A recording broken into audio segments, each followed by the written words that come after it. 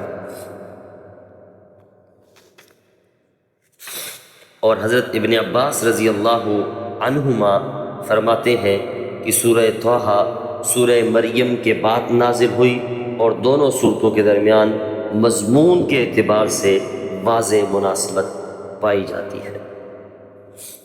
اور پھر حضرت موسیٰ علیہ السلام کا قصہ سورہ مریم میں اجمالی طور پر ذکر تھا، مختصراً ذکر تھا، سورہ طٰہٰ میں تفصیل کے ساتھ اللہ نے بیان فرمایا ہے۔ اور اس کے آغاز میں طٰہٰ رسول اللہ صلی اللہ علیہ وسلم کی صفاتی نام سے اللہ نے پکار کر آپ کو فرمایا کہ ہم نے آپ پر قرآن اس لیے نازل نہیں کیا، ما انزلنا علیک القرآن لتشقی، کہ آپ مشقت میں پڑ جائیں۔ بات یہ تھی کہ حضور علیہ السلام قرآن کی تلاوت اور دعوت دونوں میں بے پناہ مشقت اٹھاتے تھے۔ راتوں کو نماز میں اتنی لمبی قرات فرماتے تھے کہ پاؤں مبارک سوج جایا کرتے تھے۔ پھر انسانوں تک قرآن کی دعوت بھی پہنچانے میں اپنی جان جوکھوں میں ڈال دیتے تھے۔ تو پھر جب کوئی دعوت پر کان نہ دھرتا تو حضور علیہ السلام کو بے پناہ غم ہوتا تھا۔ اس لیے اللہ تبارک و تعالیٰ نے کئی مقام بات پر آپ کو تسلی دی، اور یہاں بھی یہی اللہ تبارک و تعالیٰ تسلی دے رہے ہیں کہ ہم نے قرآن اس لیے نازل نہیں کیا کہ محبوب آپ مشقت میں پڑ جائیں۔ اور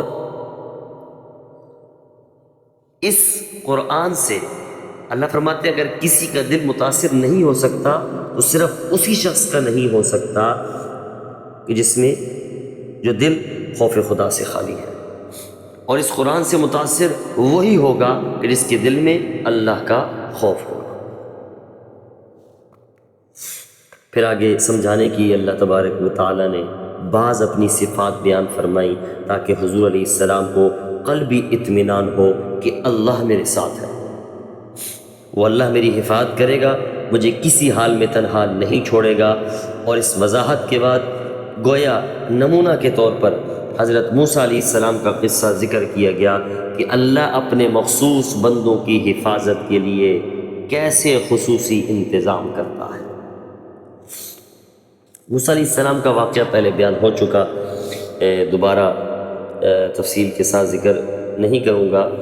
مختصراً دیکھیں، موسیٰ علیہ السلام سے قتل ہوا، ایک فرعونی قتل ہو گیا تھا، اب بدلے میں آپ کو قتل کیا جانا تھا، لیکن اللہ تبارک و تعالیٰ نے کیسے وہاں سے بچایا۔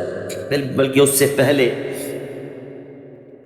اللہ تبارک و تعالیٰ نے فرعون کی ظلم اور پکڑ سے کیسے حفاظت فرمائی کہ اس کے کارندے حضرت موسیٰ علیہ السلام جو کہ بچوں کی تلاش میں مارے مارے پھر رہے تھے، اور موسیٰ علیہ السلام کو اللہ تبارک و تعالیٰ نے فرعون کے گھر میں بڑھا، حالانکہ وہ تو اس نے کہا ہوا تھا جو بچہ پیدا ہو اسے قتل کر دیا جائے، اتنے بچے اس سال قتل ہوئے، اور جس بچے نے فرعون کی سلطنت کے زوال کا سبب بننا تھا اللہ نے اسے فرعون کے گھر میں بڑا کر کے دکھایا۔